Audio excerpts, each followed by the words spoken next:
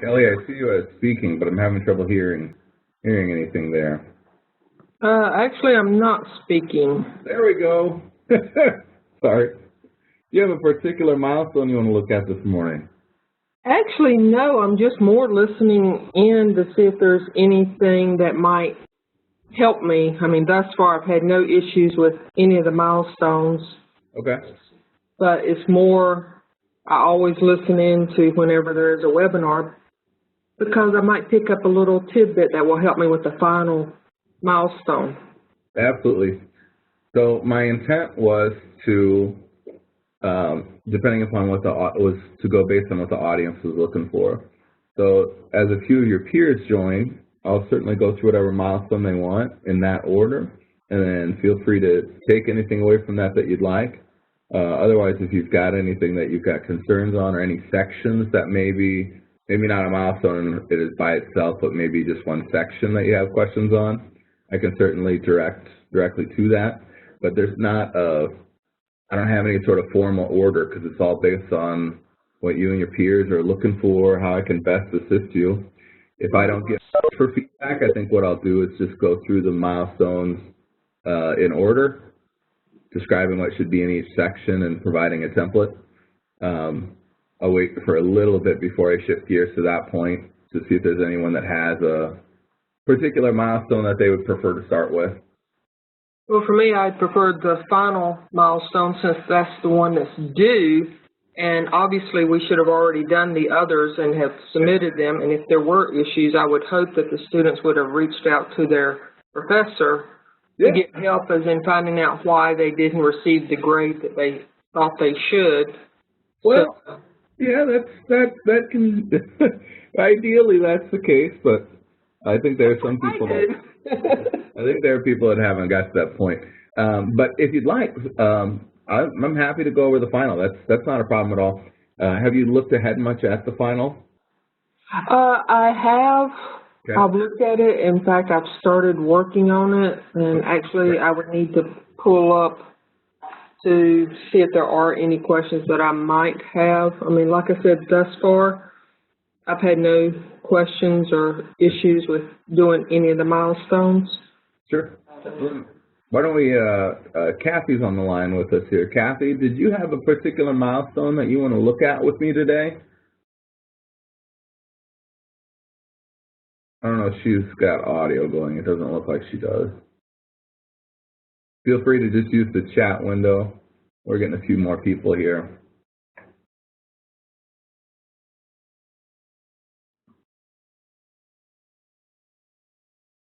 I think then I'm just going to go ahead and go chronologically because we've got a few people here that don't look like they're set up for audio, so they should be able to hear me, but maybe not necessarily interact. So we're going to go through the 3 milestones in order, and then certainly the last one. That's not a problem. It'll take me a couple seconds to find my template for it, but I can go through that. And then while I'm going through that, these templates should have been posted by your professors in your either in the announcement or via email. You should have got a copy of these templates. So while I'm going through these templates, if you don't have them, just let me know and give me your email address in the chat window, and I'll flip them over to you quick so that you can make all the updates and everything while we go. So with that, I'm going to just flip over to get started on the first milestone, and I'll go through it. And anyone with questions, jump in right away, and I'll address the questions as we go. Otherwise, I'm just going to keep kind of on rambling. But this is your time, so if you got questions at all, please jump in.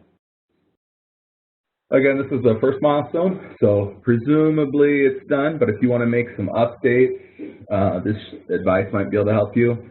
Otherwise, if you can just hang back and wait till we get to the one that you are concerned with. And because I'm sharing monitor, I'm not going to see a lot of chat things, so you'll want to jump in with audio if you have an issue.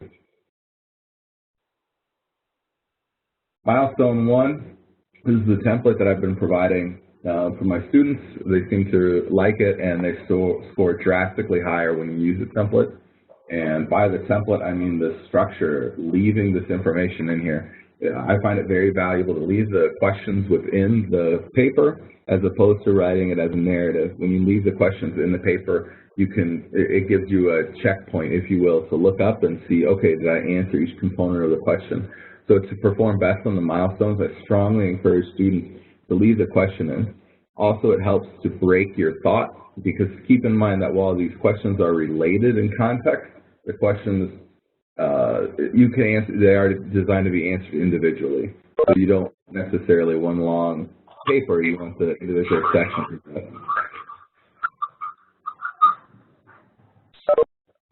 In this first section, all of these papers, you don't necessarily have to, because it's not graded in that it's not a component on the rubric, if you will.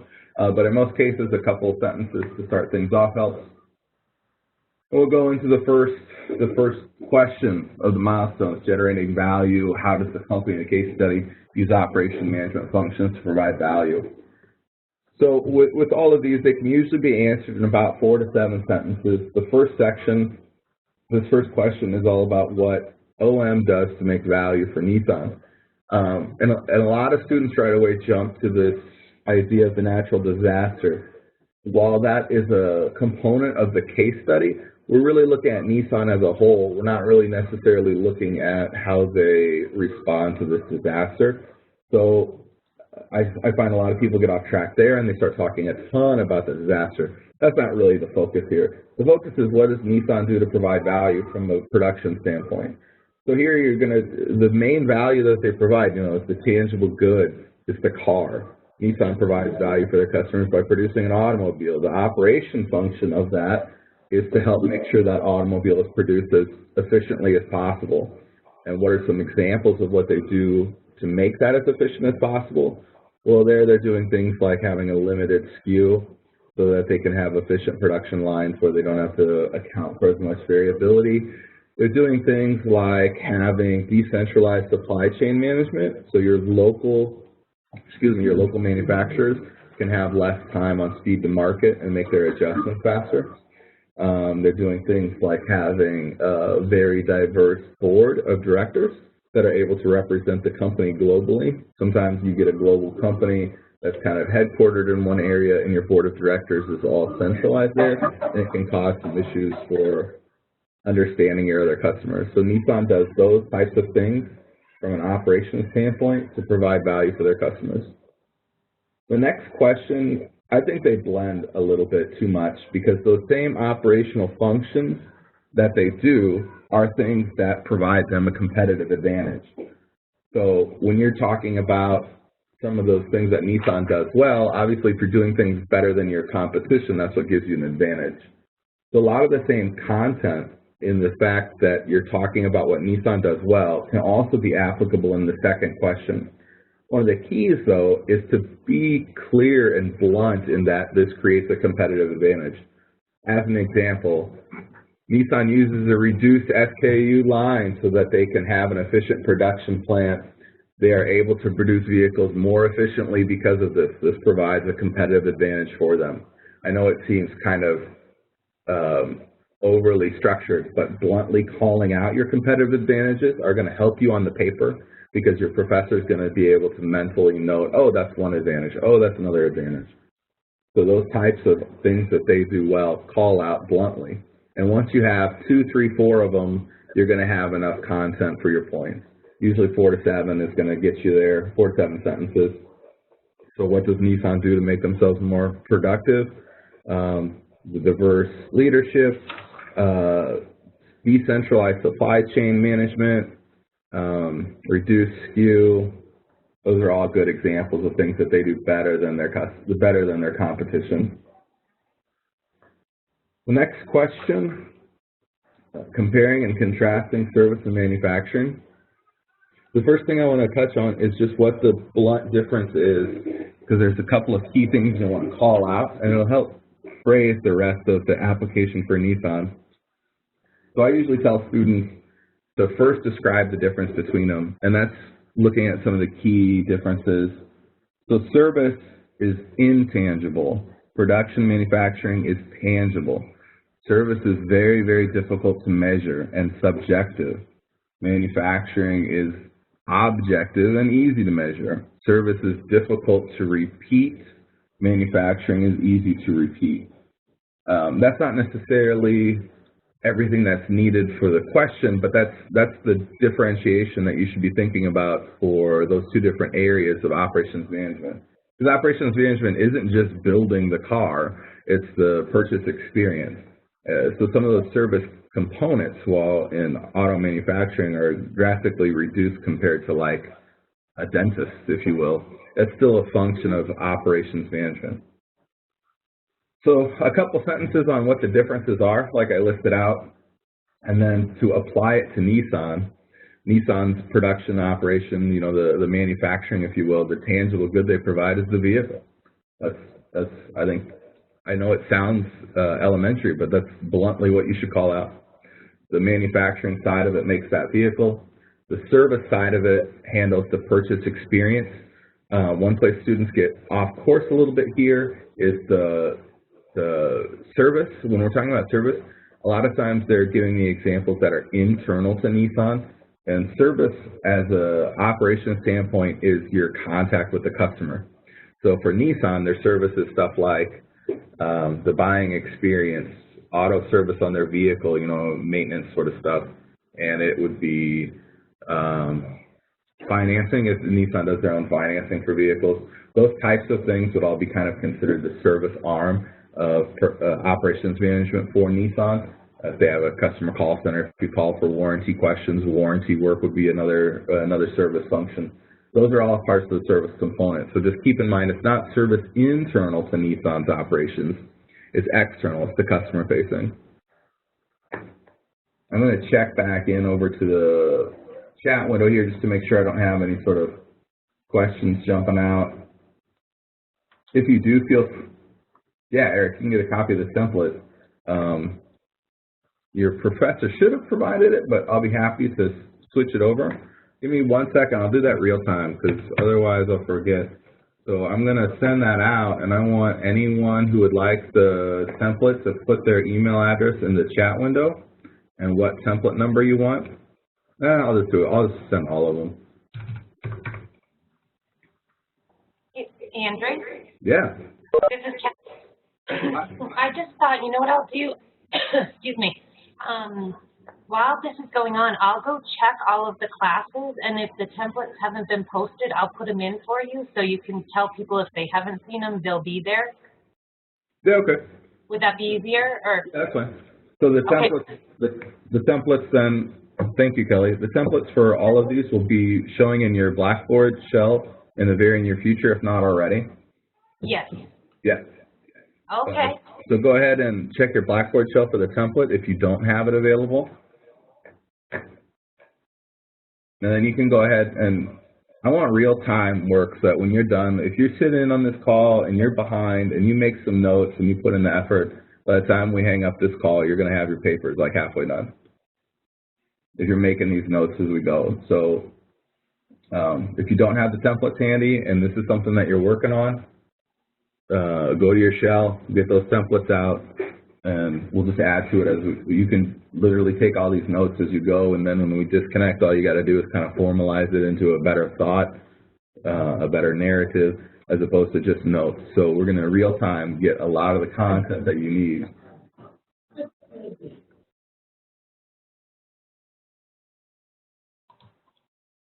All right, I'm going to keep going through here. Now we're looking at PERT and CPM. So the main difference on PERT versus CPM is whether the actions are structured well or not, whether you're estimating or not.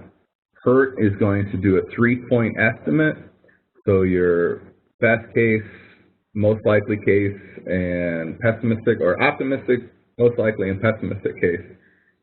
So PERT works great for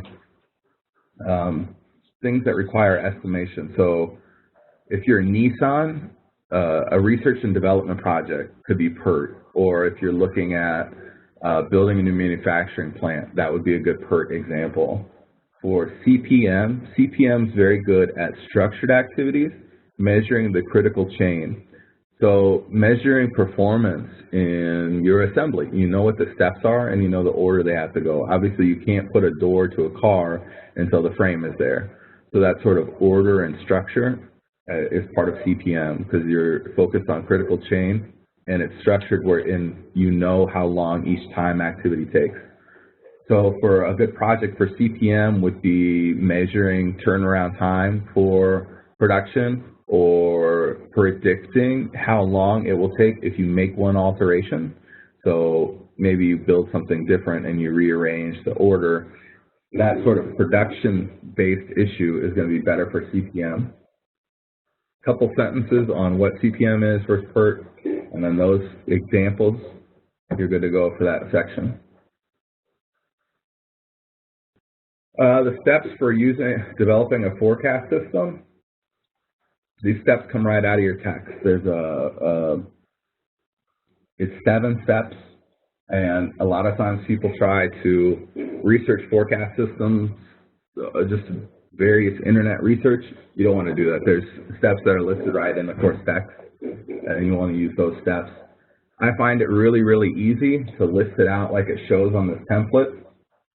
So step 1, to make sure you're on the same page, if I remember right, step 1 is the subject, you know, what is it, what are you forecasting? So during this step, Nissan would determine what they're forecasting. Here you want a specific example, but make it really easy on yourself. So Nissan would choose to forecast sales for a Maxima, Nissan Maxima. You know, that's how simple and specific you'd want. So the next part is the time, right? How long the forecast should be. And for auto manufacturing, I presume you're usually going to look at model year. So next year's model, and then the next step, and so on. And if you just go through like that, and at the end have a short description, this is how forecasting works, blah, blah, blah, couple sentences, that's going to get you all the points that you need. So a sentence or two telling what a forecast system is, and going through the steps in that chronological order, providing a very simplistic example is the easiest way to get your points here.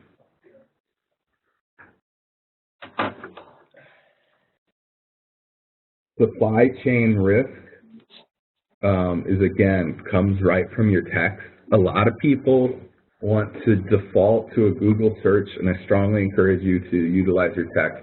I'm going to pause on that for 1 second because big picture, these assignments are written with the text in mind.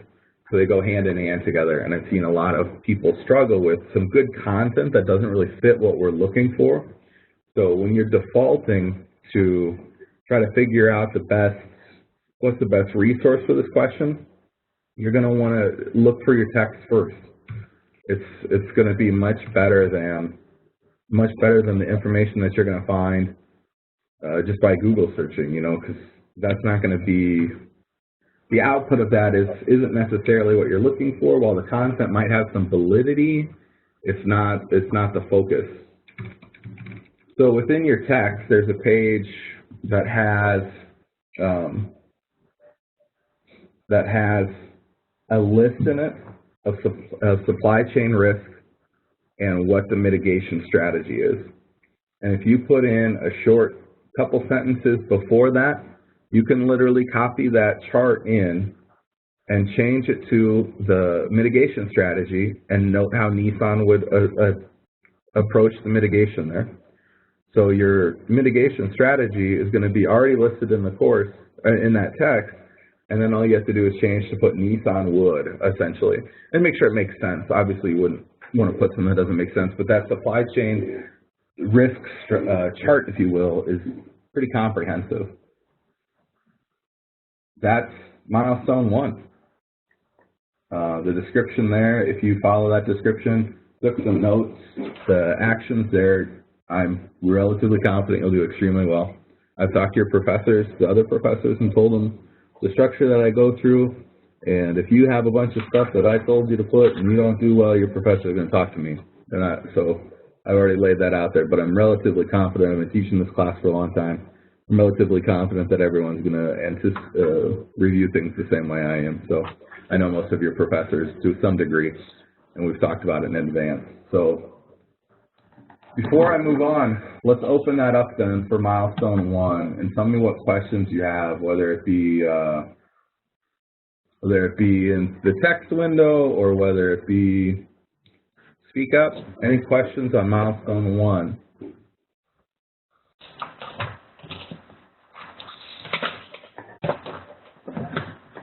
Very good.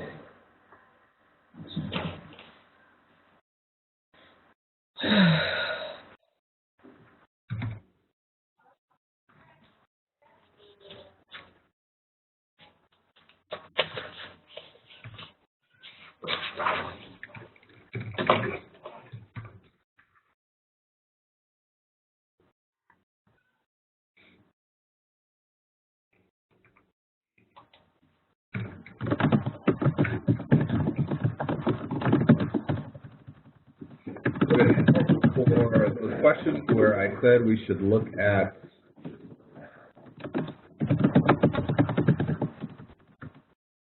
would it help for those questions where I said you should look at your text if I gave some page numbers? Does anyone have from milestone 1 specifically, does anyone have a specific, I'm sorry, I mentioned a bunch of use your text. Does anyone, if they're taking some notes for that milestone 1, need a page number?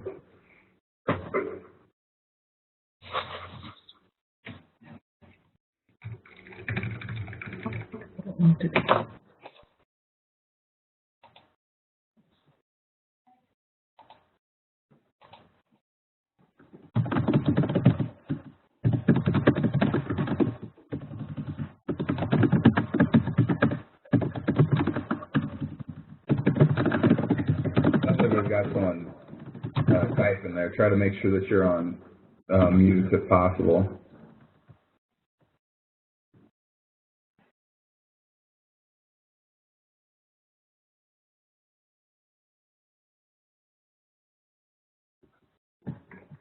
Okay, we've got the text up. If anyone does want that example, I'll be happy to share one.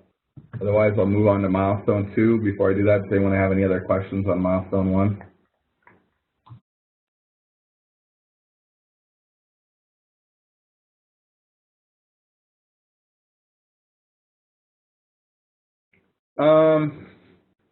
I believe that Jennifer Varney, the assistant dean, is going to review it to make sure I'm doing what I'm supposed to do.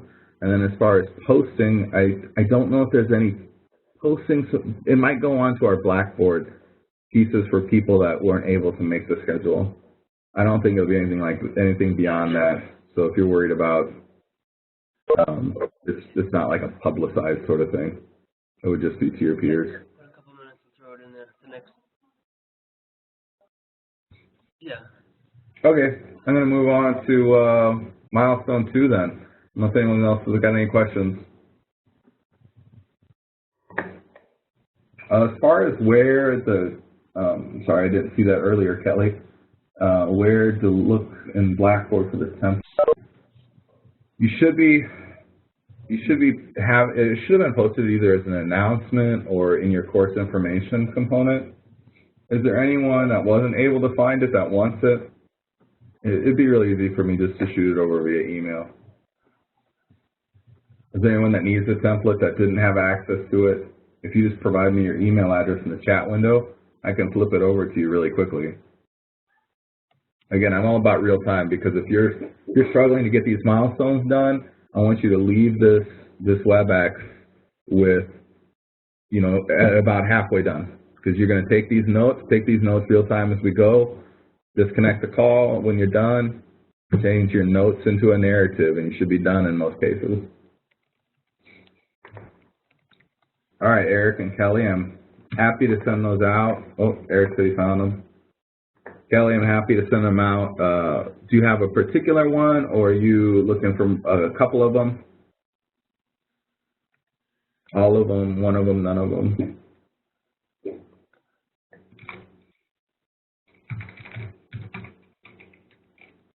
All of them? Yeah, be happy to.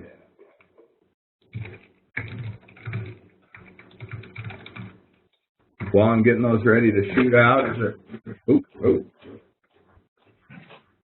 oh, somebody needs to mute. That's horrible. Oh, thank you. While I'm getting that ready to shoot out, is there anyone else? Is there anyone else that wants to have included on that email?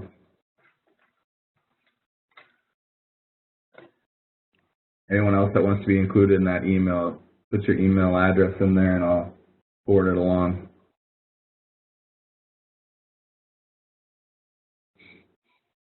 All right, Kelly, you'll have those in just a couple seconds. And I'll go ahead and move on to milestone 2. You okay?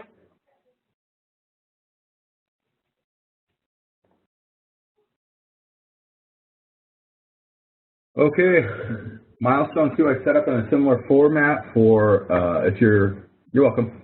I set up in a similar format if you're looking to use the template. I think it makes it, again, I think it makes it a lot easier and that you don't have to, having the questions in there provides a great baseline for making sure you answered everything while you're typing it out. It gives a good gauge as to what you're looking for. I also include some guidance in the template itself, so it's not just the questions.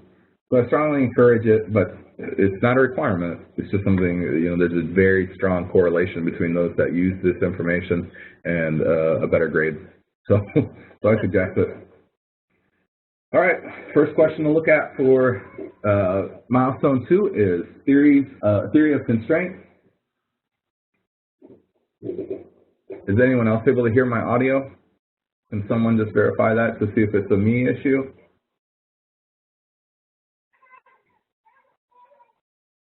Okay, Kathy can hear me. Yeah, I can hear you, Andrew. Okay, so for Selena, I think that might be on your end. Do you have everything set up for audio, so you have either headphones or speakers, something of that nature?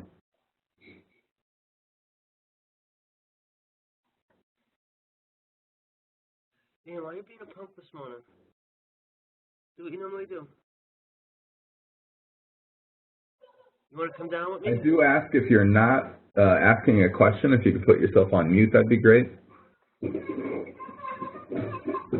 I think that's Eric there in the background.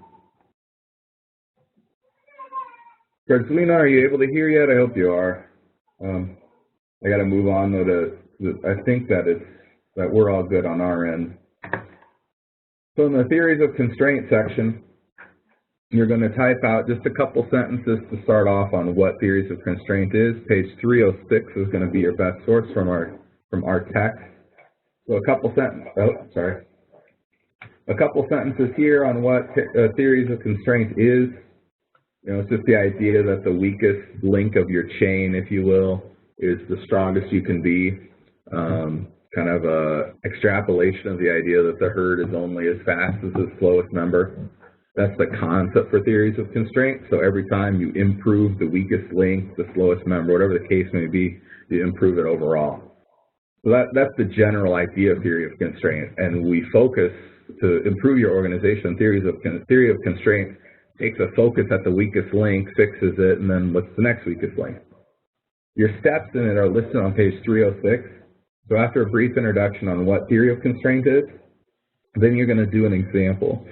Now this example, a lot of students get hung up on that they try to go too big picture. Theory of constraint is something that's applied on a micro level. So if you're thinking, we'll think of it for Nissan, and we're looking at assembly line, or we're looking at their supply chain, whatever the case may be, you don't want to just say the constraint is that they have a complex supply chain. Let's look at the theory of constraint looks at one small constraint. So the example I like is, let's say your incoming production, your incoming materials, your incoming supplies, if you will, you have a bottleneck where you receive your supplies. Maybe your loading dock isn't set up very well. That's a small constraint. It's not, you won't just say my supply chain is my constraint. That's too big picture for theory of constraint. So it could just be the constraint is we can't offload our supplies fast enough. So that's your step one, identify the constraint. Step two, develop a plan for overcoming the constraint. And your Nissan example would be redesign the layout for our loading dock. We're going to determine how to redesign it. And you go through those steps with that very simplistic example. And you don't have to necessarily say the solve or provide a design or anything like that. But you would be simplistic and just list out the steps on how Nissan would fix it. It's not terribly difficult. You're in text, refer to page 306. If you have a brief introduction to what theory of constraint is, and the big picture, again, the idea is that theory of constraint focuses on individual small issues to try to improve the overall, one at a time. So a brief introduction on what theory of constraint is, go through the steps with an example, so you're going to get all your points. Total quality management. Here I get a lot of very, very vague answers where they'll say something like total quality management is ongoing focus on management. Well, sure, it is, but that doesn't really get to the heart of the matter. Otherwise, you would just say that for any operations management function. TQM is specific in some of the tools that it uses. Look at page 208, and within page 208, you have, you're going to, I think, let me flip to 208 quick. Give me a couple seconds, because I know, excuse me, you're going to have,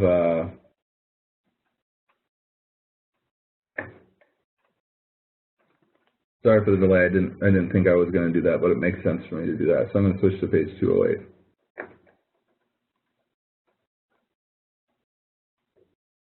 Is where it starts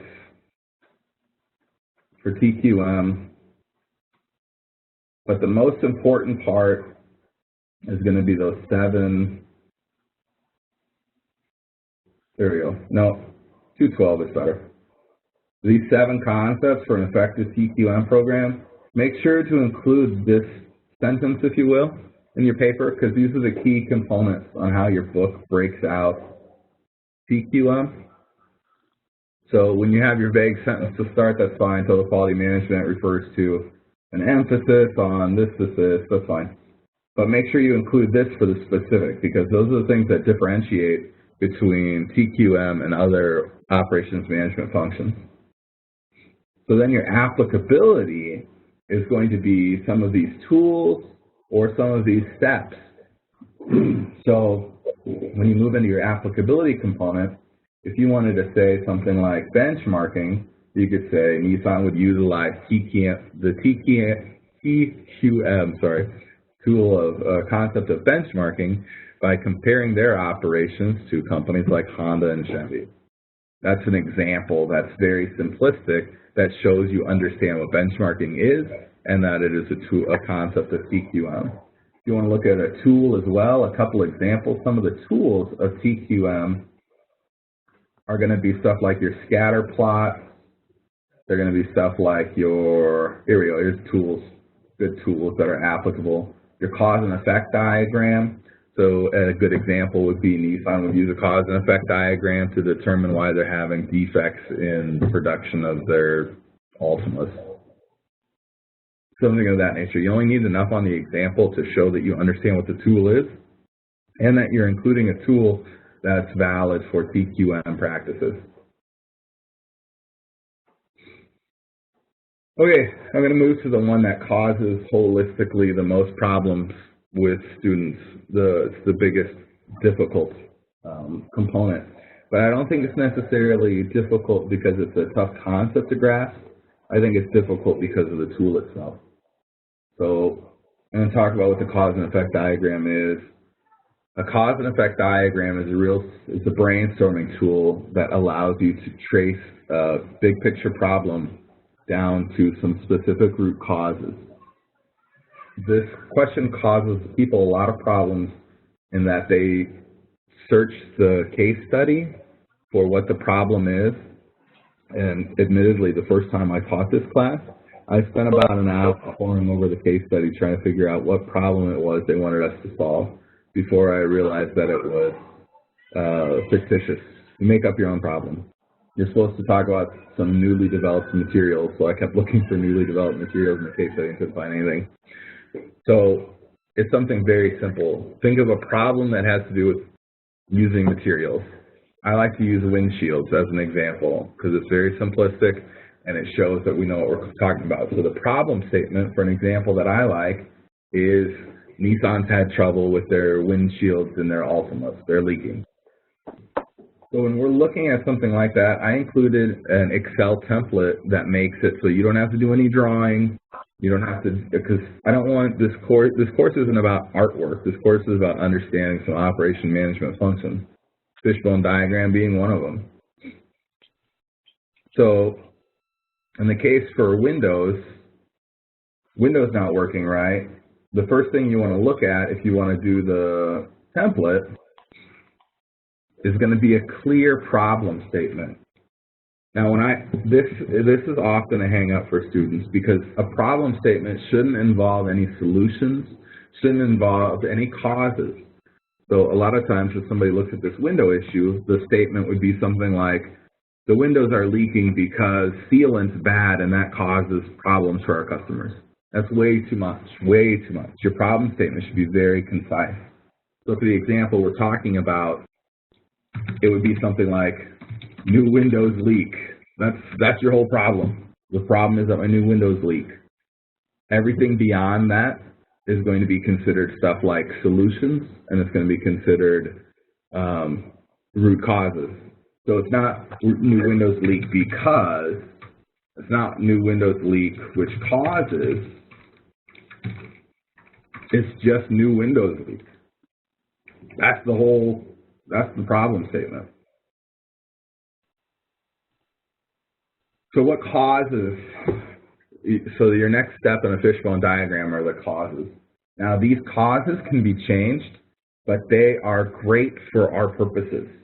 So these 6 that are listed here in this template, just leave them.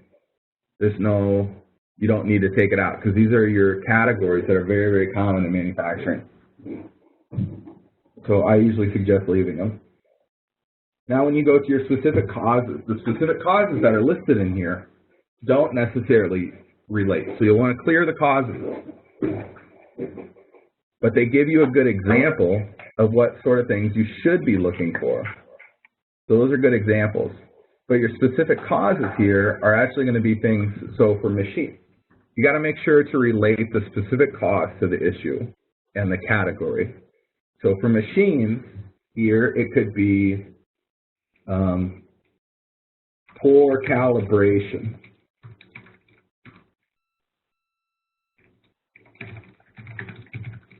Meaning that your windows are being cut the wrong size, they're not set right. For people, it could be something like,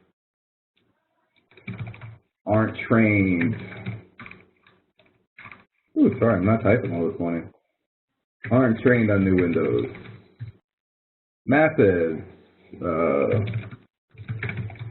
Varying methods. So when you use this in real life, you're usually standing in a conference room and you're saying, with a whiteboard out in front of you, what are some potential causes under each of these categories? What could be causing the problem? And then you're trying to trace the problem to a root cause. And this is something that I do every once in a while with my projects that I lead. I'm a project manager for the most part, and it's something that I do regularly, and it works as a good brainstorming technique. Because then when you identify the root cause, and what it is, so it's when you identify your root cause, we'll say for this case, it's bad sealer. You know, under your materials, bad sealer. And we'd say that's our root cause for this problem. Let's pause on real world for a second and talk about administrative for your assignment. If you have 5, 6 potential root causes, that should be enough for our purposes. You don't need to try to fill out that whole thing. So when you're looking at all of these specific causes, get about 4 to 6 good ones that are good possibles and they align with the problem statement. That's all you need. If you had one under each, that'd be plenty. So then for our purposes on this paper, we're saying the root cause is bad sealant. So it's not necessarily the window, it's that they're not sealed well. So then you'd go back to for your discussion here, it's going to be something like, Nissan's new windows aren't working well. Your introduction is going to be Nissan's new windows aren't working well. We did a cause and effect diagram to find out why they're leaking. Then you'll insert your cause and effect diagram here, and you can just do a snippet if you want. You can do an embedded Excel, so you just save it and it folds back in if you use the template. And then you're going to have a sentence or two that says what your outcome of the root cause analysis was. So you did your fishbone diagram, and then you're going to come back to this and say, we did our fishbone diagram and determined that it looks like a bad sealer is the problem.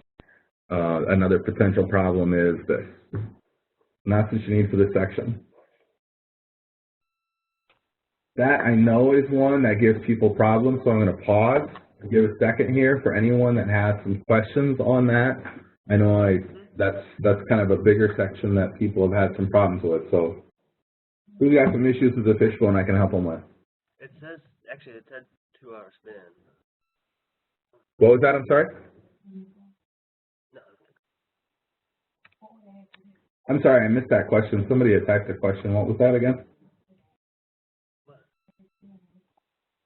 We as the OM manager decide what the root cause is? Yeah, that's the exercise. So you're finding the hypothetical root cause. So you draw out your fishbone and then you pick one and you say why you think it's the root cause. So in our examples, it would be based on this cause and effect diagram, we believe the root cause to be a poor sealant and we'll investigate to solve that root cause.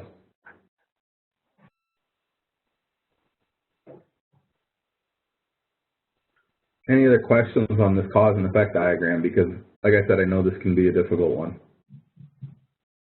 How can we get a template for the fishbone? That is embedded within the document. So do you have the template that I sent out, or do you want me to send that to you? Could you please? Yeah. Can you go ahead and type out in your chat window your email address, and I'll send all of them to you? Yeah, because I had to. I'm on my laptop, but I couldn't have. I had problems with the audio, so I called in also. Okay. If you want to, are you able to use the chat window and just type in your email address? I'll copy paste it over and have the template to you in a matter of seconds. Yes, I can do that. I just can't. I couldn't hear anything, so I decided let me call in and still, be able to see the chat. Okay. You want to put your email address in there? It went to Andrew privately. All right, that's been sent to you. You should have that in a matter of a couple seconds. You'll have the template. Thank you so much. No problem. Okay, thanks. Now, within the template, this fishbone diagram, this Excel macro that I've got, is actually embedded. So you'd open the template, and right where it's at, all you have to do is double-click. And as long as you've got a moderately recent version of Excel, that should open right up for you. And then when you make the adjustments, you just save, and it closes back into the template, or you can take a snippet, whatever you want. But you can just leave it like this, and your professor will be able to open and grade accordingly. Okay, thank you so much. Yeah, no problem. Before I move on, any other questions on the fishbone diagram?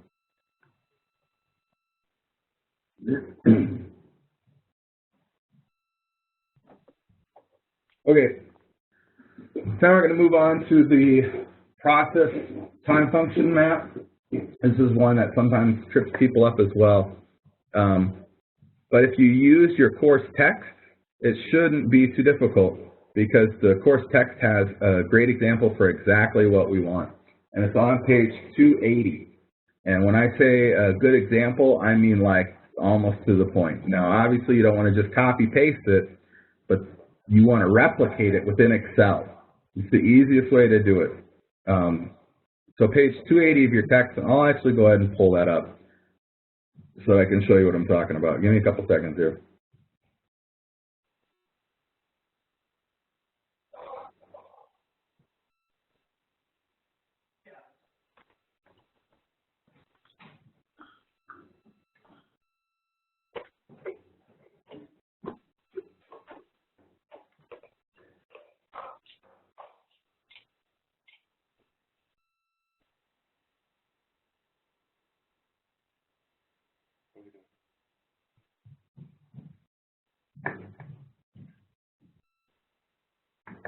This is the process map that you're looking for. You do not have to have necessarily these symbols. If you think of this as Excel, just think of it as an Excel formula. I mean, it's a little Excel sheet. Just putting the information within the box from here is all you need. So take Excel, think of the steps here that are going to be involved in getting a vehicle from the customer back to the customer's order back to being built. So these steps for the most part work. And then your timeline, how long should it take? When you're building this out to make things easy for yourself, you're going to want to put in things like this where it says wait.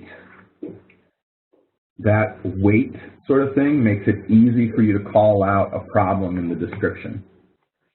So I strongly encourage you to look at page 280 when you're doing your time function map, and then just build it out in Excel. And you can, like I said, just type in the cells what the action is. You don't necessarily have to try to make the fun diagram, if you will. Having the lines and just words in the Excel cell take care of that for you. So for our purposes on the question, it's saying we're going to use a time value map to figure out what's causing the production to be slow. So you would say an introduction sentence of something like, below is a time value map or a time function map for our new manufacturing process. We're trying to figure out how to improve speed. And then you have the time function map from page 280. Again, don't just copy paste it, but recreate something similar in Excel. And then after that, just like with the cause and effect diagram, you're going to have a few sentences on what you found, because we're saying you found the solution. So if you build it like on 280, you're going to have some really easy call outs in that you built in some weight, if you will. So you will say, in reviewing the time function map, we find that there are areas where there is wait time. We can eliminate that by having production flow through or using just in time or whatever the case may be. Just say we're going to eliminate that wait time. There's no reason to have it. And when you eliminate that wait time, of course, your function gets smaller, so you're faster. That is another section that causes some people issues, though. So does anyone have questions on that?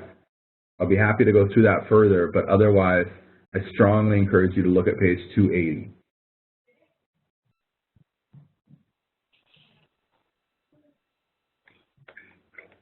Okay, look at the last one for this milestone. This is a weighted average math problem, essentially. It's a story problem where you do some weighted average work.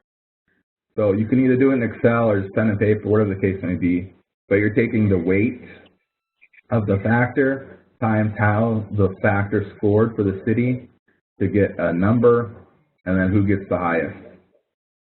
So if we're looking at it for Mexico City versus Columbia, South Carolina, it's easy enough that I can just go ahead and pop through this in Excel. But you can't tell, I like Excel. So for this, take all these numbers, shoot them over in Excel.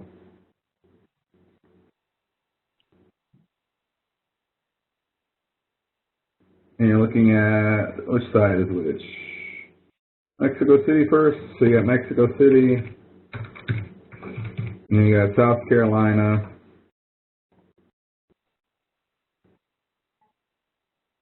That's your weight, that's your score. So it would just be equals this times this for your point value on that.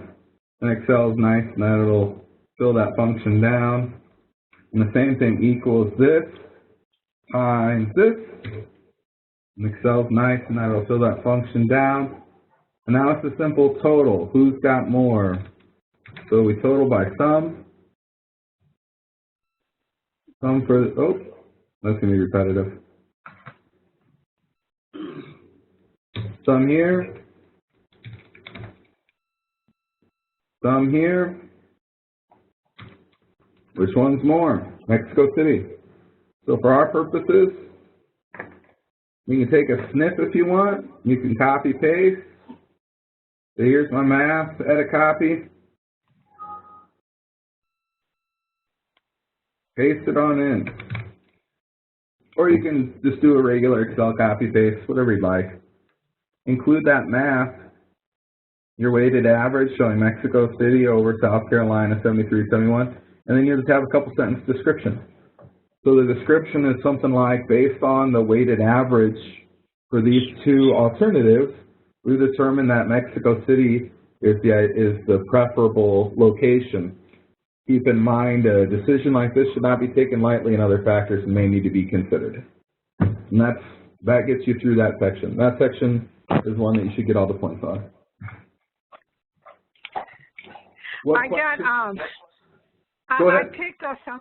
I had picked South Carolina because I thought, I don't want to, Americans need jobs. So I got points taken off because I didn't pick Mexico City. Yeah, so I'm not going to say holistically I disagree with you, but keep in mind we're jumping through the hoops of an exercise. And the exercise so you'll want to say Mexico City just simply based on the numbers. I don't necessarily holistically disagree with you, but the exercise here is that. So if you update for the final, I'm sure you'll be fine. And then you'll just... Okay. So before I move on to the next milestone, this one is kind of tough from a historical, statistical standpoint. This is the one that has the lowest grade. So I'm happy to go through any of the sections, and the main reason it has the lowest grade is this section and this section. Who's got some questions? Go ahead. I have a quick question. When I finished my the final project, because I didn't get in onto the beginning because I couldn't hear anything. When I do my final paper, should I put like in an outline sense where you have 1, 2, 3, and so forth to keep it organized? Yeah, I'll go through the final. I have a template for that too. Okay, all right, thank you. Okay. Does anyone have any other questions specific to this milestone? Otherwise, I'll move on to the next one.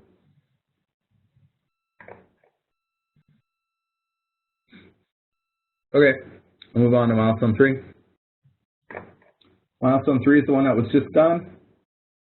And I'll go ahead and go through that. Like I noted with the other ones, there's a template that everyone should have access to. If you don't, I'll email it out, not a problem. So this starts the same way, just a sentence or two on opening, and then you dive in. This is the biggest answer you're going to have for any of the questions. This is the one that requires the most content. Other questions can be answered in 4, 5, 6 sentences. This one, unfortunately, needs a little bit longer. It's the most complex one. But I like to organize it, separating out the 3 systems, describing them, putting your positives and negatives, and then talking a little bit about how they relate. So for just-in-time, I'll go through. Just-in-time is a process that focuses on supply chain management to reduce carrying costs by having supplies provided and outputs produced exactly when they're needed. So that's what just-in-time supply does. Just-in-time supply, the output of that, one of the benefits that sometimes people forget is that it has forced problem solving. So I'll take a teaching moment right now that's not necessarily for your paper, but just so you can understand how that forced problem solving works. I worked at a cabinet shop when I was a freshman in college, and I built a component of the cabinet that was, it's a face frame. And it's built out of this oak trim, and it looks nice, and part of it is you do these screw holes in the back, pocket screws, so people can't see it when they're looking in their kitchens or bathrooms or whatever.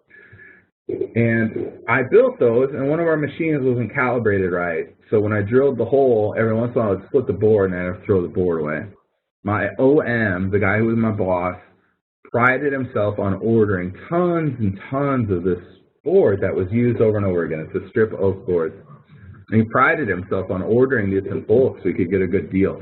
And we would at any point in time have months of this board on hand. months worth. And there was a couple times he came and checked in my area, and we chatted and talked about how things were going, and he noticed that the supply was much lower than it should be. He didn't really think much of it because who cares, we have a big cushion. And he went on throughout his day. Well, after a while, he realized that we were going through that board way faster than we should. So what was happening is I would drill these holes in, me and my peers, we would drill these holes in, my peers and I, sorry. We drill these holes in and split the board and we just throw it away. And we thought, oh, who cares, we got a lot of it. Oh, who cares, we got a lot of it. So we were throwing away supply and we were taking a lot of rework time. And OM functions, the exact goal is to eliminate that. So let's put that same problem in a state where you've got just-in-time delivery on those boards, right? So if instead of my OM coming over and saying to me, oh, it looks like you're going a little faster, it's, oh, we're almost out of boards. Why are we almost out of boards? I ordered enough for this week's worth of work. We shouldn't be out. And they would realize that that calibration was wrong on the drill that we were using. So that is forced problem solving. And that is really the biggest benefit to just-in-time. It's not your carrying cost because you're not spending as much money on your supplies. It's that you're forced to solve those problems. So in just-in-time environment, you can't operate inefficiently, otherwise the problem will come out right away. So if we didn't have that big, massive supply of boards, my boss would have saw, oh my gosh, something's not right on production, otherwise we wouldn't be out of boards. That is the key to just-in-time.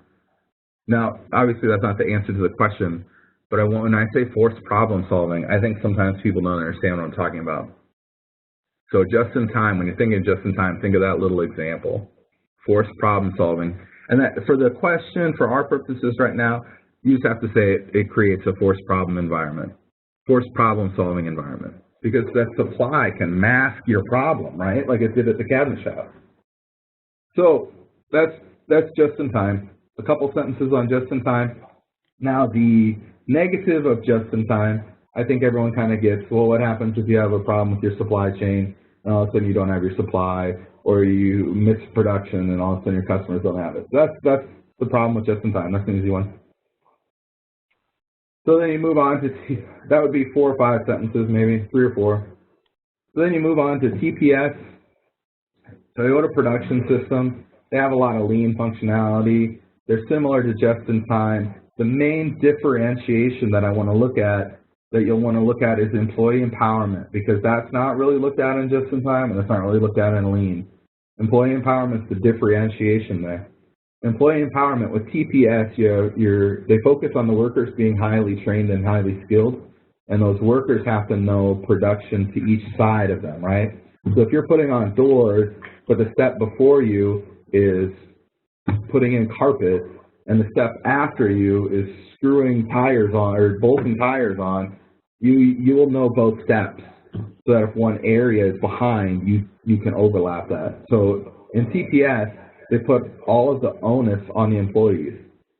So in a TPS environment, all improvements are bottom-up driven, whereas other ones are top-down. So the disadvantage for this, if you do all that training, it's very expensive. Onboarding new employees is very expensive because instead of training them on one thing, you have to train them on everything. Also, then you're putting judgment in the hand of a lot of people, which is good, but it can be slow because anyone on a TPS line can stop the line and say, oh, I got to fix this. So that's expensive, it's risky. Then you move on to lean. And I noted the page numbers in here, and with the template, kind of some things you should focus on. Lean, the differentiation between the others is that it's very customer focused. In a lean environment, you don't provide anything that doesn't add value to the customer. So the benefits there are that you don't gold plate. Gold plate is when you provide more than they want.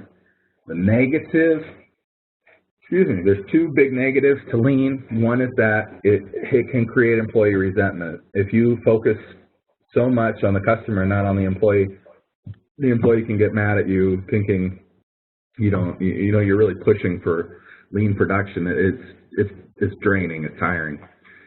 The other is when we're talking about delivering only what the customer wants, sometimes we don't know what the customer wants. everyone says they know what the customer wants, but the customer interaction piece in manufacturing is a huge deficit for people because you don't get much interaction on a product that you buy that's manufactured. Think of the last time you talked, when you talk to service, you're talking to the people, you know, if you get a haircut, you're telling the hair designer, hair person, whatever, you're telling them exactly how it should be and you like it, and if you don't like it, they'll fix it right there. But think about a manufactured good that you buy, you're not giving much feedback. You know, when was the last time you wrote a manufacturer to say, I didn't like how you built this, you should design it this way? There's not that much customer interaction with manufactured goods. So to have a lean facility is difficult, and you're making some assumptions that are dangerous. So if you're a Nissan and you presume that everyone wants navigation units like our case study notes, but you didn't really talk to your customers, just a couple, you thought it was a great idea, and you spent a bunch of money to do that, and then your customers don't really care about it, you can see how that can create a problem. So you'll write those sentences, advantages, disadvantages, the focus. That's that section. Again, that's the section that's going to be one of the longest of all the milestones. That takes you into sustainability, the triple bottom line. Triple bottom line is a relatively easy section here. You're talking about the 3 Ps, profit, planet, people. When you talk about people, make sure that you can just generically say the company needs to focus on how it interacts with all stakeholders. Make sure you're aware that that P is not employees, that P is not customers, that P is all stakeholders. So that's going to be your employees, your customers, but then people in the environment. So like if you have a big manufacturing plant in town, that town kind of probably depends on those jobs, and that's something that impacts that area. P for planet, those are all of the green sort of initiatives. Are we producing in a way that reduces water consumption, electricity consumption, etc.? And the third P is profit, and the key point you'll want to note on profit is that that's the fundamental P, because without profit you can't do anything for the people or the planet. So profit is fundamental. I would also note that these are not exclusive actions, they are inclusive, meaning that focusing on one does not detract from another. Then we move on to the ISO standards. The ISO standards, I've got some good questions that you'll want to answer. This, I'm going to double speak a little bit. This is the only section that the text isn't really your best source. This is one that you'd want to Google, and there's some great sources that come up right away. You just Google ISO 1400 and Nissan. So you'll want to first start off with just a couple sentence description on what it is, and then you can note that Nissan is or is not certified. They are, and whether they use ISO suppliers, most of them are, and they work for all of them to try to get there. What does it mean? And then why is it important? So the importance is that you have outputs and inputs that you can count on without having to measure. You don't have to vet your suppliers because you already know them. You're holding yourself personally accountable because this ISO certification is not a mandate, it's voluntary. I cover that section. And then you move into corporate social responsibilities. And this is just talking about how a company can be responsible in their practices. This is kind of a generic section that you get a lot of freedom on. So by this, you talk about what Nissan could do to be a better company. And when I say better, I don't necessarily mean profitable. Like how can they do better to take care of the environment or their employees or whatever. The key here that a lot of people miss is the part of the question, which of these actions do you believe to be the most effective? You have to pick one thing that Nissan can do that would be the best, and tell me why it's the best. It doesn't matter what it is as long as you support it. I've never heard of a professor giving a poor grade if you pick something they didn't agree with, as long as you support it. So you could say, I believe Nissan's most effective corporate responsibility principle would be to take care of their employees. And I believe this to be the most effective because, and then have something decent supporting it. As long as you describe what corporate responsibility is, and then note a couple things they could do, pick one of those couple things and tell me why it's the most effective, you're going to get full points there. That's milestone 3. Should have just been turned in recently. In the event that it's not turned in, I would strongly suggest doing it now because some points are better than no points. Before we move on to the final, any additional questions on milestone 3?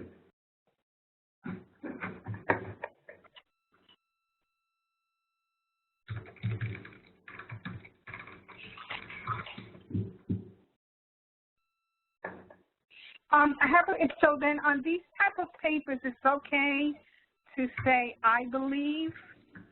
Don't say I believe. Oh, yeah. Tell me what you know. Give me an example.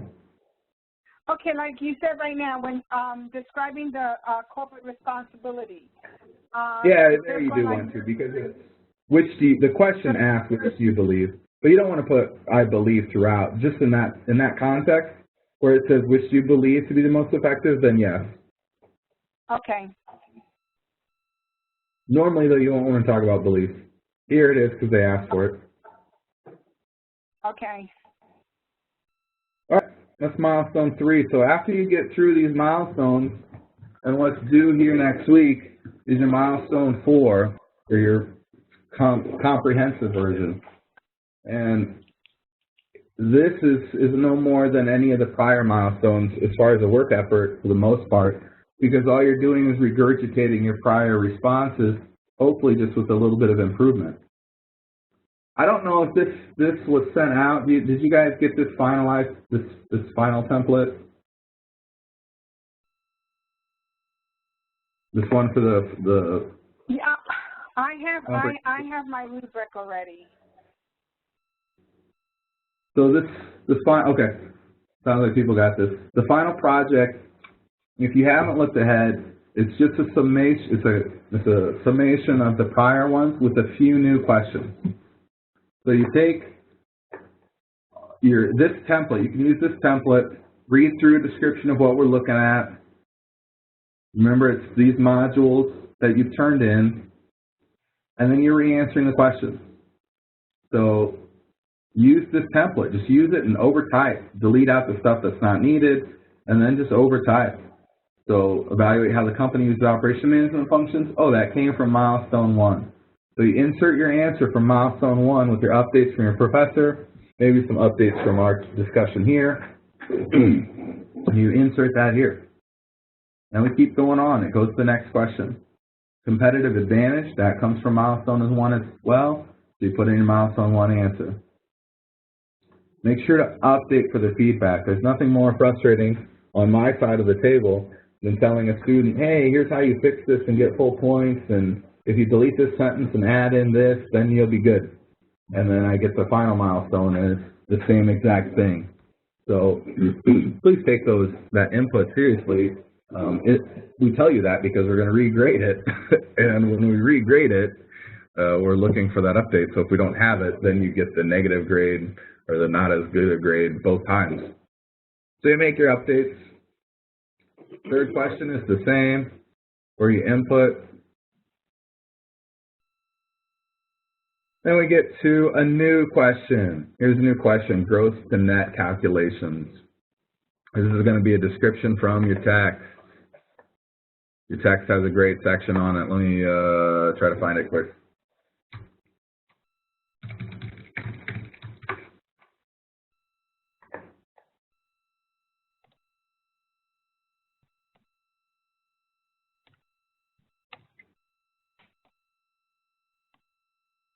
I think we should focus on MRP. Never mind. Give me 1 second. I'll find the MRP section. I don't remember what page it is.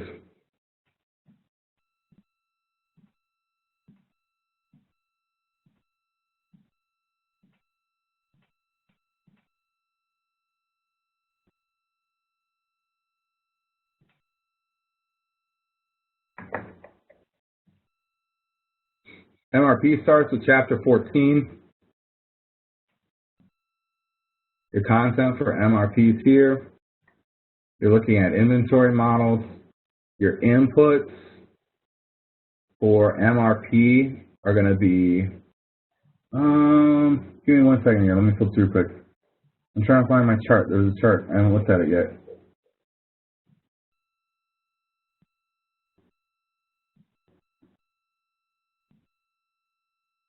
I've had to build MRP-like systems. They're pretty complex to build, but your inputs should be really easy. Your inputs are customer demands, limitations. Give me an input. I'm going to put myself on mute and find my old example. I'll be right back with you. I'm sorry.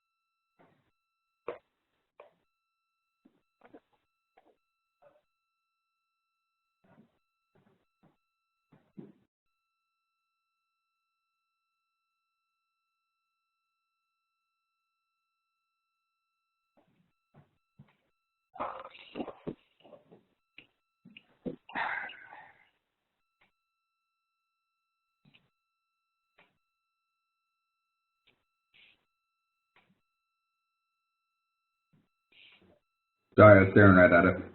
Page 268, this material requirements planning tells what your inputs are. The difference between gross to net are inputs versus what's on hand. So it's bill of material, inventory, expected receipts. Those are your input components. So text is definitely your best source there.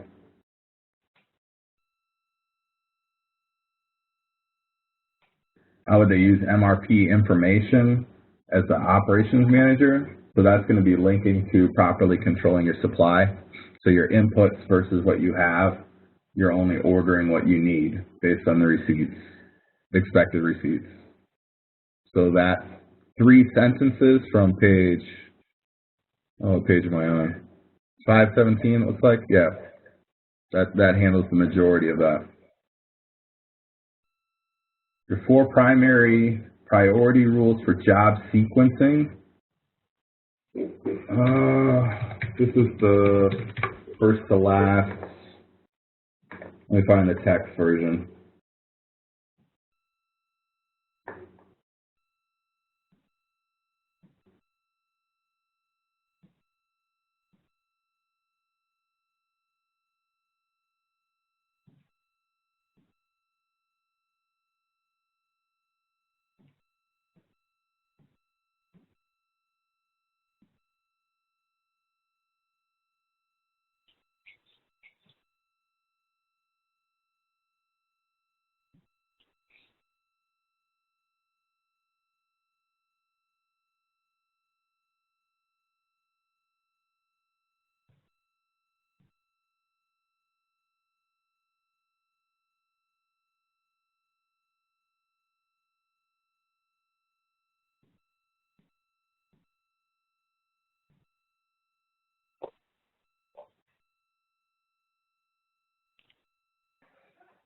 Sorry, I put myself on mute just so I could find the page here.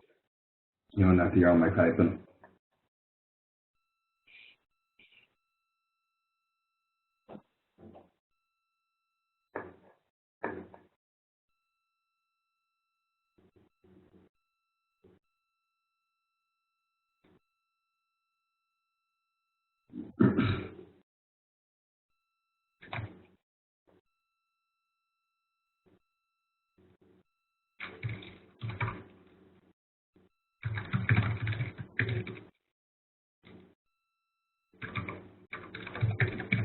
I'm finding my old template from before. A second.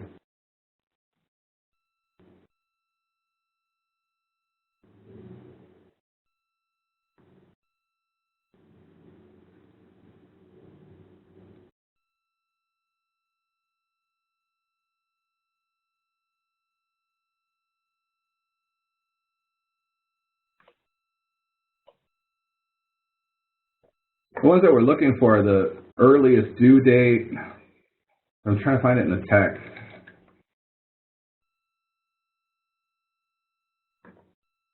Ah, here we go. Here it is. This is the page you want. Priority rules for sequencing jobs, page 599. Sorry about that delay. Knew what I was looking for. I didn't know the best way to search for it. It's page 599. First come, first, this is an order on how you prioritize work. First come, first serve, being that whatever orders come in first are produced first. Shortest processing time means that if you have a bunch of orders, you're going to do the ones that are easiest or shortest first. Earliest due date, you're going to do the ones that are required to be done first. Longest processing time, you work on the hardest, biggest projects first. That's the brief description of each, page 599. So let's look at all the components of the question. Come on now.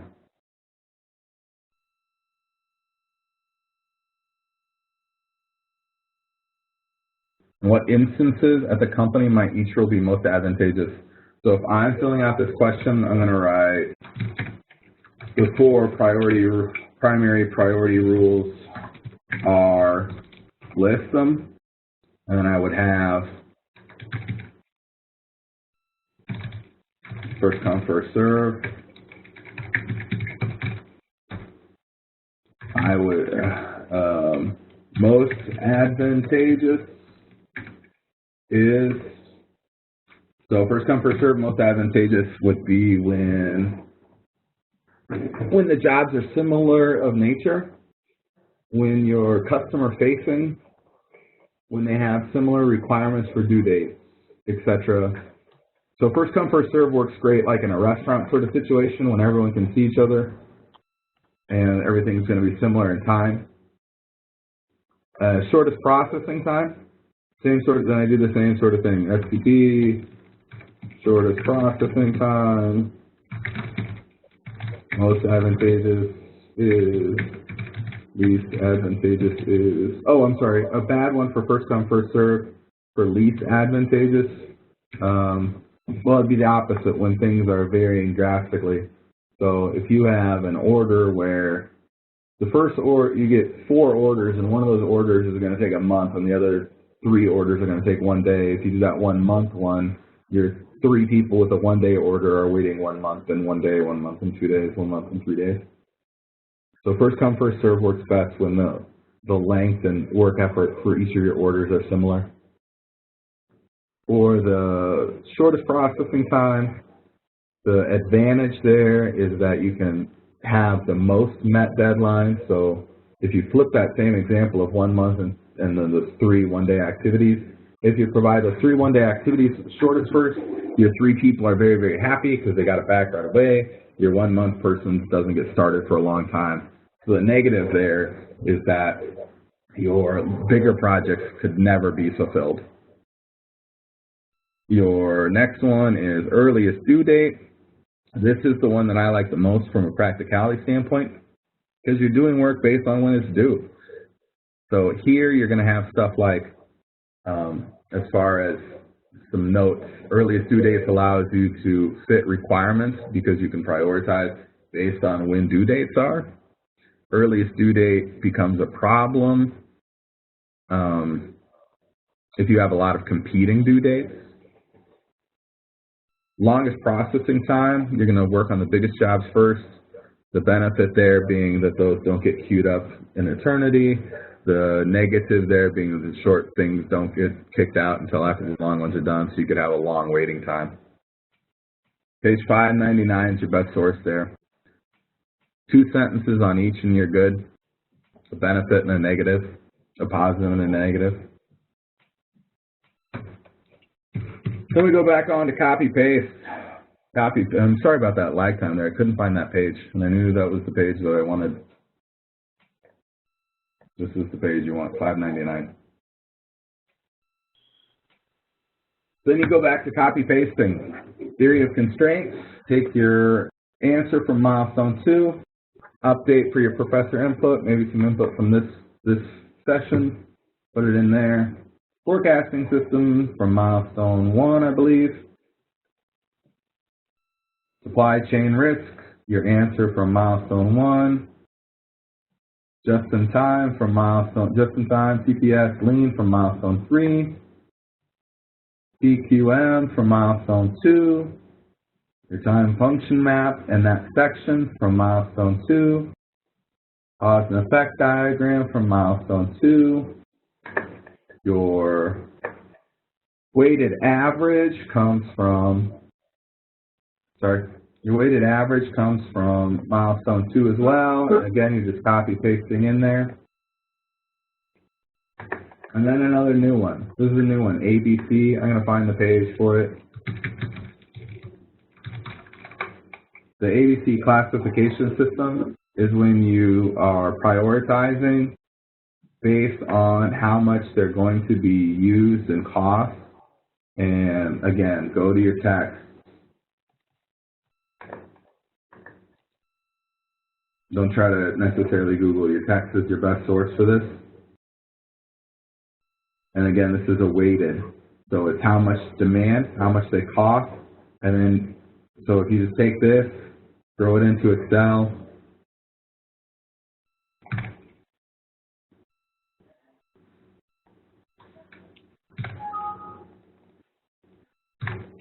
Throw this into Excel, and you're equaling this cell times this cell.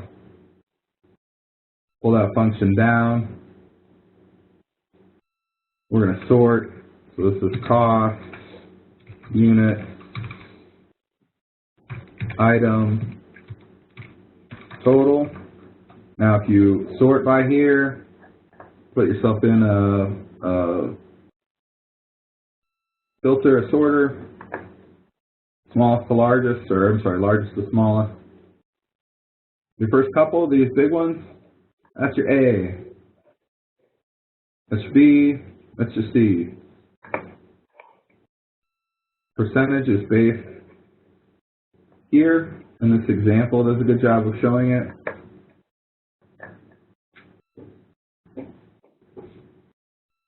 Oh, you're really small.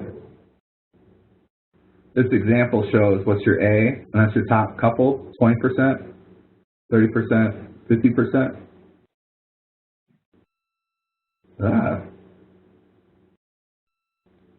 Bear with that. This is your ABC classification system. You're building the same thing, which is essentially, though, what I just did. So that Excel sheet that I just did, just look at your top 20, 30, 50. So the top 20% out of 10 items will be your first 2. The next 30% will be 3. And then 50%, 5. So they make it really simple for you. So if you just wanted to type in A, B, B, C, C, C, C, C. That's your classification then. So that's your whole ABC analysis for the question. Then it's a short description on what inventory ABC classification system is and why. So ABC classification will just be an analysis that takes the items on an annual dollar volume basis. Below is that analysis based on these items and costs. Items such and such at A, item such and such at B, item such and such, excuse me, at C. That little Excel sheet will take care of all that for you.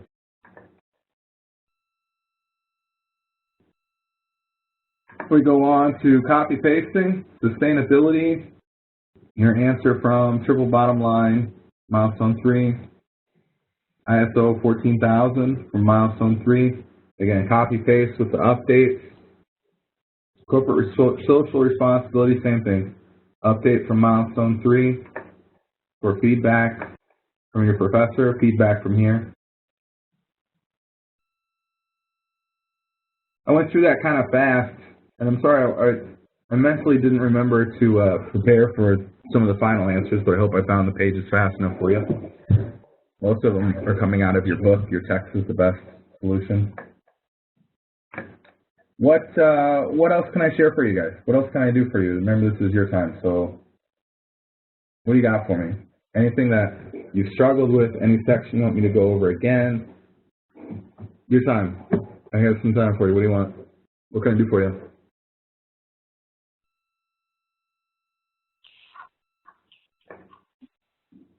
Yeah, I can send this final in a Word format. I don't know if this final was given to your professors or not. So I'll send that. Give me anyone who wants it. I'll get ready to send it now. Put it in the chat window, and I'll send it to, put your email address in the chat window. I'm typing the email now. I like to do things real time. So I'll send that final to you while we're talking.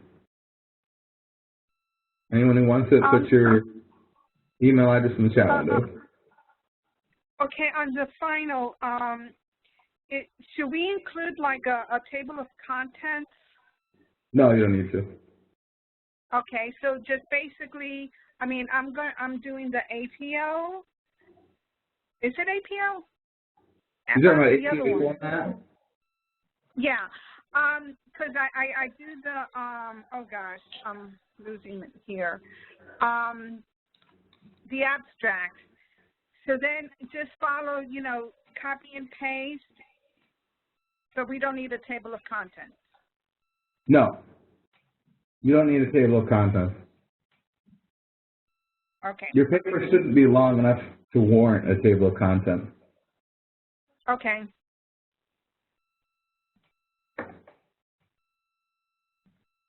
This was really, really helpful. Good. I'm glad there's some value.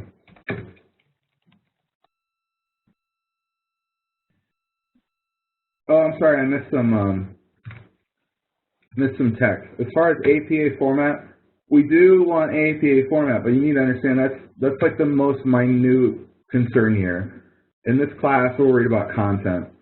Your professor should not all be grilling you on being absolute in perfect for your APA format. That's not, you should be APA as your guide.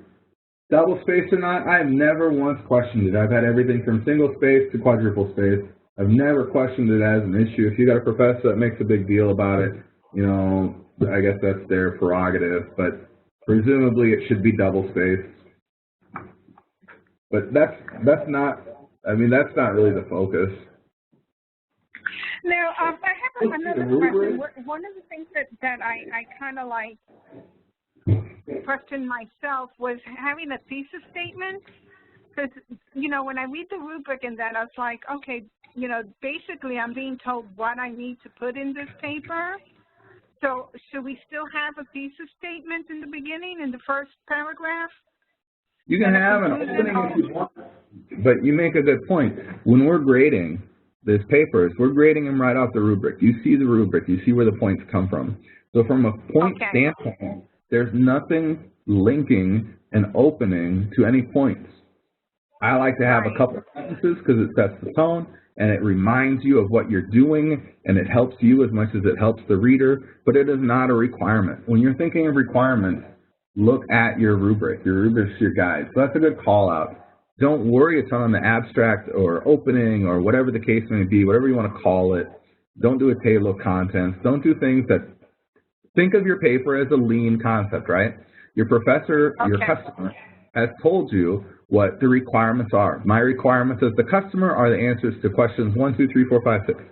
That's the answer I want. So when you're doing something beyond what the customer is asking for, you're not following a lean methodology. You're gold plating. And I don't need gold plating. A little bit of an opening may be nice, but I've never taken points off for not having an opening. I would like some APA format, but that's gold plating. So look at the questions, and that's what you got to answer. Okay. To Kathy's point, the APA formatting, the big concern is just making sure you're citing your sources if you're using outside sources. I've never taken off points for citing that wasn't done well. I've taken off points when citing wasn't done. So if you are saying author, comma, year, and it should be year, comma, author, or vice versa, you're probably not going to have any issues. I don't want you to spend a bunch of time, say you have 5 hours to work on this paper. I don't want you to spend 2 of it worrying about formatting issues, worrying about citations, worrying about APA. I want you to spend like 20 minutes. You know, think of it as a pie chart. And when you look at your pie chart, I want the distribution to be across the milestones, not on this. This is a nominal concern. Okay, thank you. Yeah. So I've got 3 different email addresses here for the final project that I'm going to send out. Does anyone else want to add theirs in? Oh, do I have to put my email address again? Yeah, if you want to send the email address so I know where I'm sending it. I'm doing them now as we thought. Yes, I'd like the file project.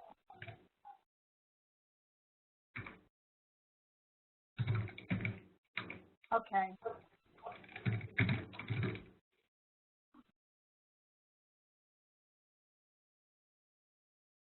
All right, so we got the email addresses. Give me a couple of moments. I'm going to send those. I'm going to put myself on mute and be right back with you after I send them.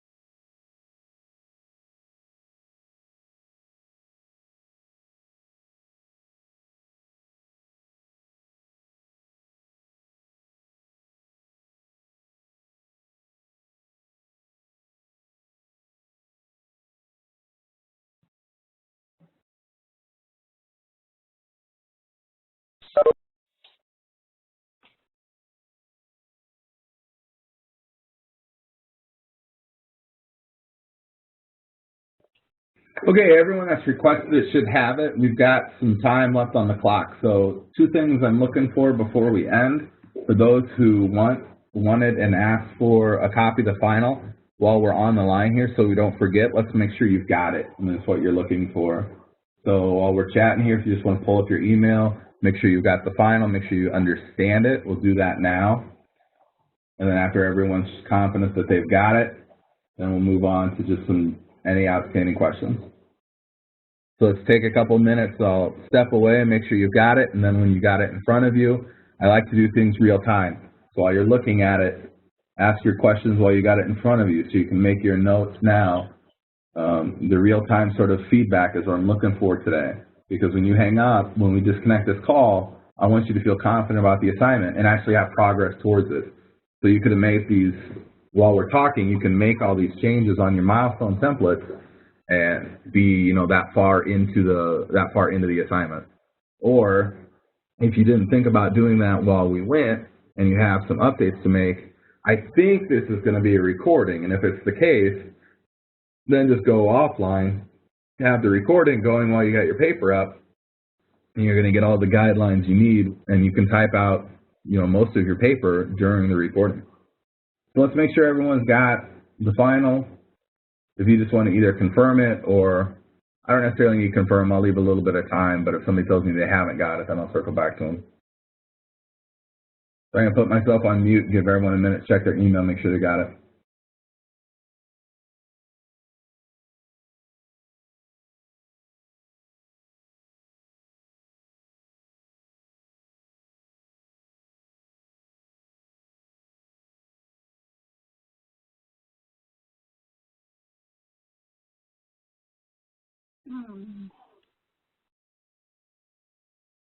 Okay.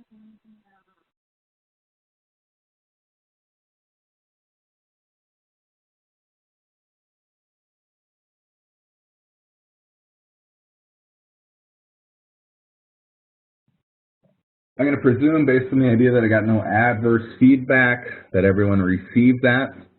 So the last 10, 15 minutes or so, open forum. Any questions on any of the components for Milestone? Fair game, just because I don't know what it's going to be off the bat. Give me a minute to find the answer. So any questions on template? Anything's fair game. What do you got for me? Again, this is your time, not mine.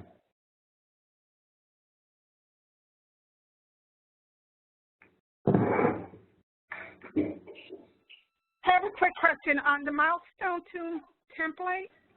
Yeah. How do I link to the Fishbone? Yeah. You can still see my screen, right?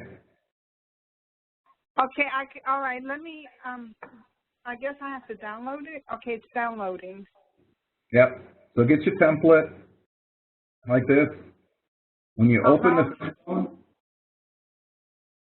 I can walk through that. It can be. This isn't just for this. So you should be able to save it right back in. Okay, perfect. Yeah, I got it. Now I'm going to save it. Yeah. I had to open the whole thing. Yeah, you should be able to make your changes, save it, and just close. Okay, the thing got to it. check.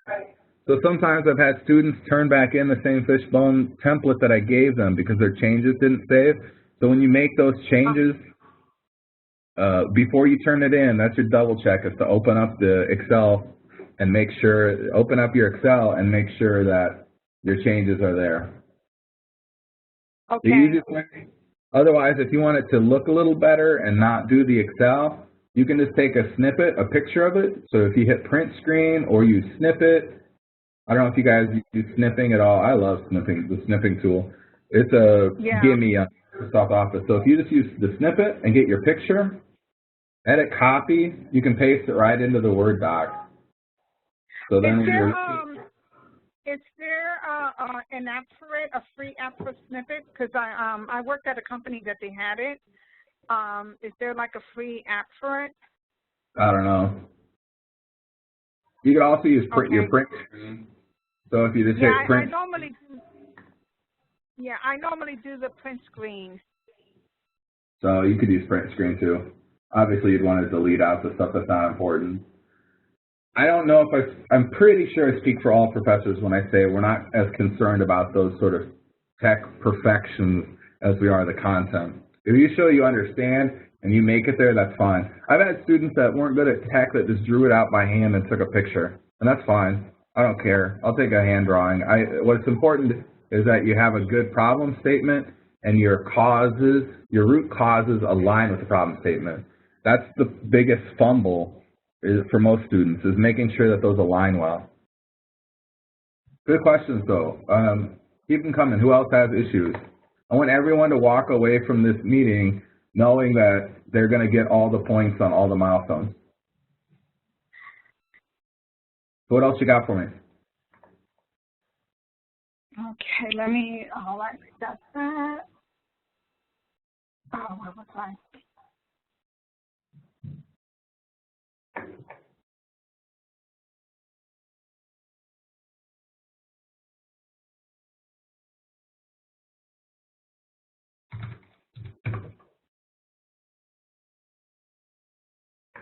If we've got nothing else, we can end early. That's fine. I've got no qualms with it, but it is your time, so I want you to make sure. I want you to make sure that you've got everything that you need.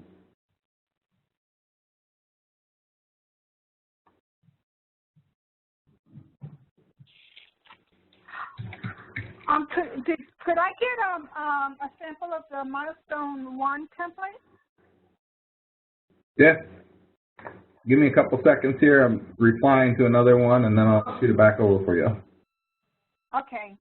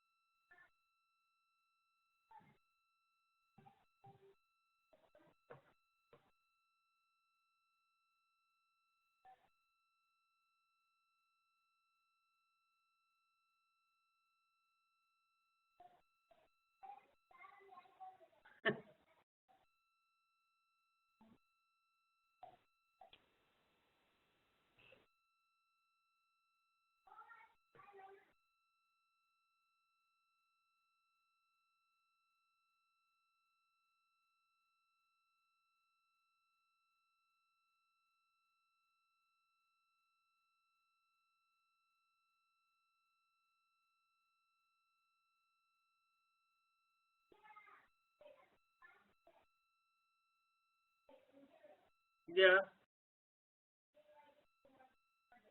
4. Okay.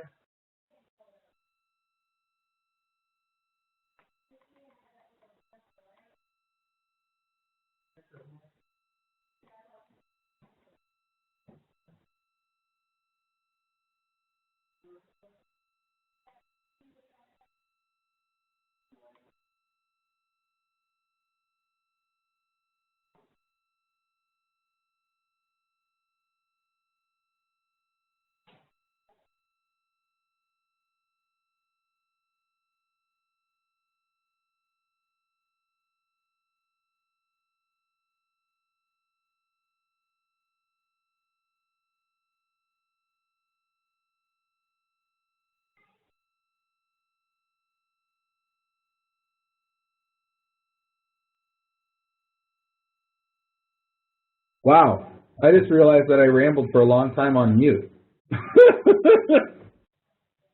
Oh. I'm terribly sorry. I'll go through that again. Wow, that's embarrassing. I use this all the time. I didn't realize I was on mute. Did anyone get anything from my metrics ramble? No, I was wondering. I heard something like in the background. Okay, I was on mute. I'm sorry. I'll do it again. I'm terribly sorry for that. That's embarrassing. Okay. We just thought you were in deep thought. No. That's embarrassing. It even flowed very well. I was proud of myself. All right. So the metric paper, the metric paper, the key thing to consider is that metrics are measurements, and that throws a lot of people off. When we're looking at what the most important aspects of measuring your organization are, you're looking at measurements. You're not looking at business units. And by that, I repeatedly get papers that indicate things like the most important measurement for an operations manager would be customer service. Well, customer service is not a measurement. You can measure customer service in a lot of different key performance indicators, but customer service by itself is not a measurement. And this paper is about what measurements are you concerned with. And they want you to tie it to the triple bottom line. So if I'm writing this paper, I'm structuring it out with, I'm structuring it out with like an intro paragraph that says what my most important focuses are and tie it to the bottom line. So I'd start with a paragraph that says metrics are important for any operations manager so they can make informed, quantifiable decisions. I feel that the most important business units to focus on as it relates to the triple bottom line are going to be the components of your people and planet because they'll lead to profit. For people, and then I would start a new paragraph. For people, I believe the most important thing to focus on from an operations standpoint is going to be your employees because we count on them to produce the goods and talk about why employees are important. But then you get to your heart of the problem, the heart of the paper, your metrics component. So it's going to be the way I would measure my people component is through employee turnover. Annualized employee turnover is an important measure for how well your employees like a company, as there's a direct correlation to employees staying at employers that they are comfortable with and feel proud of. I would also measure my employee engagement level through annualized employee surveys, and then I'd move on to the planet component that I talked about. So for a planet component, I would say the most important measurement it's important as a business, so you do some sort of intro, like it's important for a business to be concerned with how they interact with the planet. A good way to measure this, or the most effective way you can measure this, is through electricity usage. As electricity usage is directly tied to how efficient we are operating as an organization and gives a good indicator on how much energy we use. I would measure this on a trend line over the course of an ongoing trend line so that I can see kilowatt usage on a month-over-month basis. And then you'd see whether the trend line is going up or down, and you could know whether you're becoming more efficient or not. So that would be my 3 or 4 paragraphs, and then something, some sort of conclusion. Business measurement metrics are important so that operation manager can get a good pulse on an analytical pulse on how the organization is doing based on their focuses. So that's my 3 paragraphs. My opening saying metrics are important and why. Then I in that call out the 2 areas of focus I'm going to do. For the triple bottom line, I'm going to say people and planet. And so for my people section, then I talk about why people are important for my employees. And then the metric, if you will, is going to be your annualized turnover and survey data from employee survey data. And then I move on to the planet section, talk about why it's important to be a good steward of the planet. And my focus there is on electricity usage, so my measurement would be a month-over-month kilowatt usage.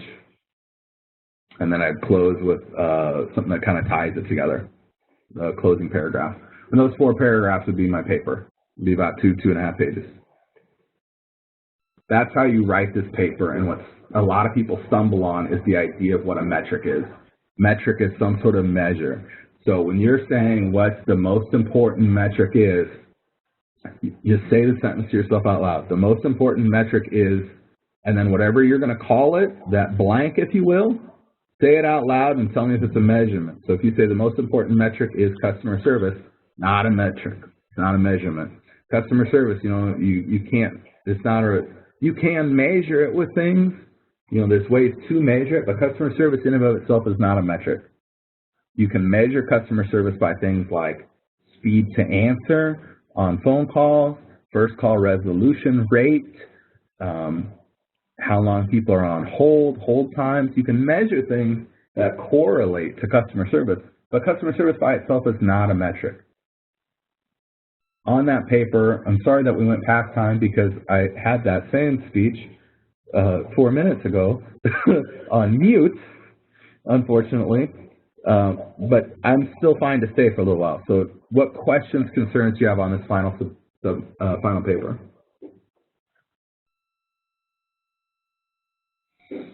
Or if you're hung up on not understanding the difference or think you might have a confusion on like an area of focus versus measurement, tell me what you think is the focus and I'll tell you a corresponding measurement, corresponding metric.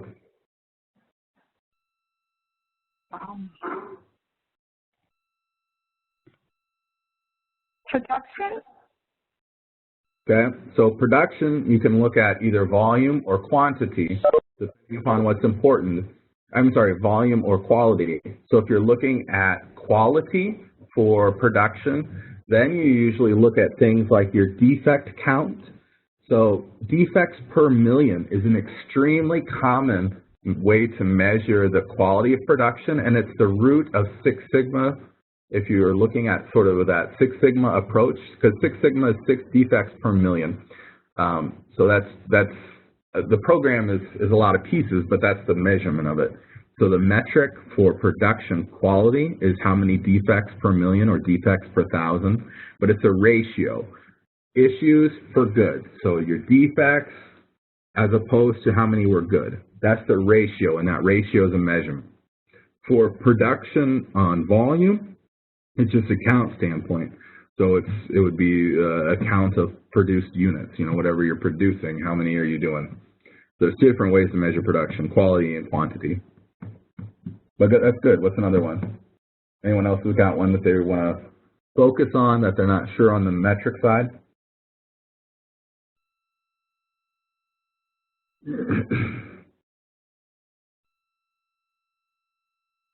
Okay. Well, I kept you past time because of my mistake, so I apologize for that. And I'll go ahead and end now, a few minutes late. I hope there was still some value out of it, though. I am free, though, for a couple minutes if you do have additional questions. My mistake kind of cut into our time. So any questions on the milestone? Go ahead. Will this be, this is recorded. Is there a way we could, like, review it again on our own?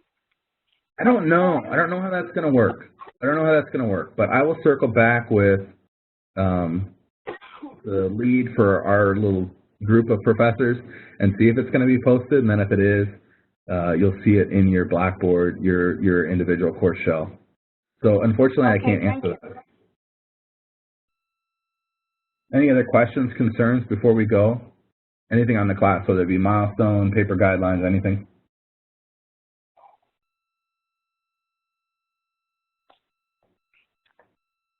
I'm good. Thank you. All right. All right, you guys have yourselves a good weekend. Sorry for the confusion there at the end on mute. It was kind of embarrassing, but I'm glad I was able to stick around and figure it out. You guys all have a good weekend. You too. Thank you so much. You're welcome.